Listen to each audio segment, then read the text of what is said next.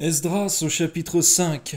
Agé, le prophète, et Zacharie, fils d'Iddo le prophète, prophétisaient aux Juifs qui étaient en Juda et à Jérusalem, au nom du Dieu d'Israël.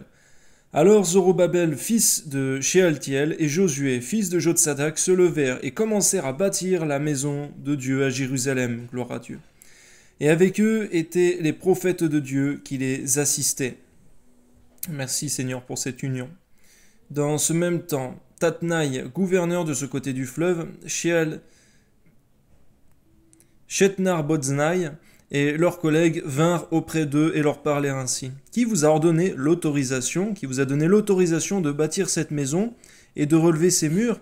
Ils leur dirent encore, quels sont les noms des hommes qui construisent cet édifice? Mais l'œil de Dieu veillait sur les anciens des Juifs, gloire à Dieu.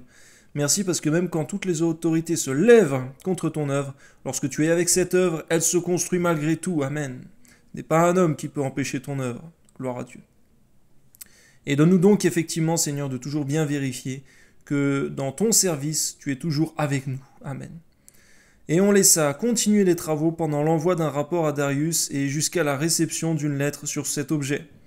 Copie de la lettre envoyée au roi Darius par Tatnaï, gouverneur de ce côté du fleuve, Shetnar-Boznaï et leurs collègues d'Arphaxad, d'Arphasac, demeurant de ce côté du fleuve. Ils lui adressèrent un rapport ainsi conçu. Ô roi Darius, salut.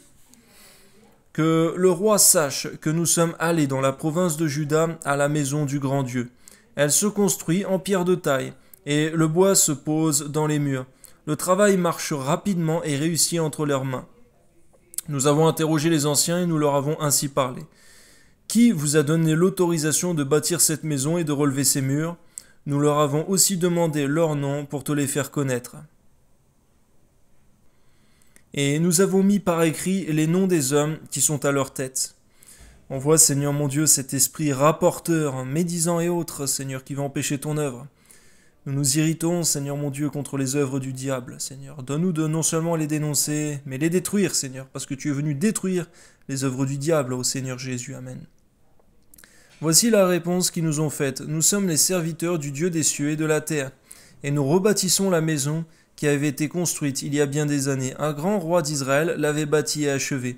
Mais après que nos pères eurent irrité le Dieu des cieux, il les livra entre les mains de Nebuchadnezzar, roi de Babylone, le Chaldéen, qui détruisit cette maison et emmena le peuple captif à Babylone. Merci pour cette belle rédaction d'effectivement l'histoire qui s'est passée.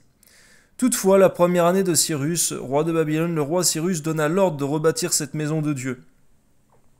Et même le roi Cyrus ôta du temple de Babylone les ustensiles d'or et d'argent de la maison de Dieu que Nebuchadnezzar avait enlevés du temple de Jérusalem et transportés dans le temple de Babylone. Il les fit remettre au nommé Shebaetsar, qu'il établit gouverneur. Il lui dit, prends ces ustensiles, va les déposer dans le temple de Jérusalem et que la maison de Dieu soit rebâtie sur le lieu où elle était. Ce Shebaetsar est donc venu. Il a posé les fondements de la maison de Dieu à Jérusalem depuis lors. Jusqu'à présent, elle se construit et elle n'est pas achevée. Maintenant, si le roi le trouve bon, que l'on fasse des recherches dans la maison des trésors du roi à Babylone pour voir s'il y a eu, de la part du roi Cyrus, un ordre donné pour la construction de cette maison de Dieu à Jérusalem. Puis que le roi nous transmette sa volonté sur cet objet. Merci pour Cyrus, Seigneur mon Dieu, qui avait eu à cœur l'œuvre de Dieu. Sois béni, Père. Amen.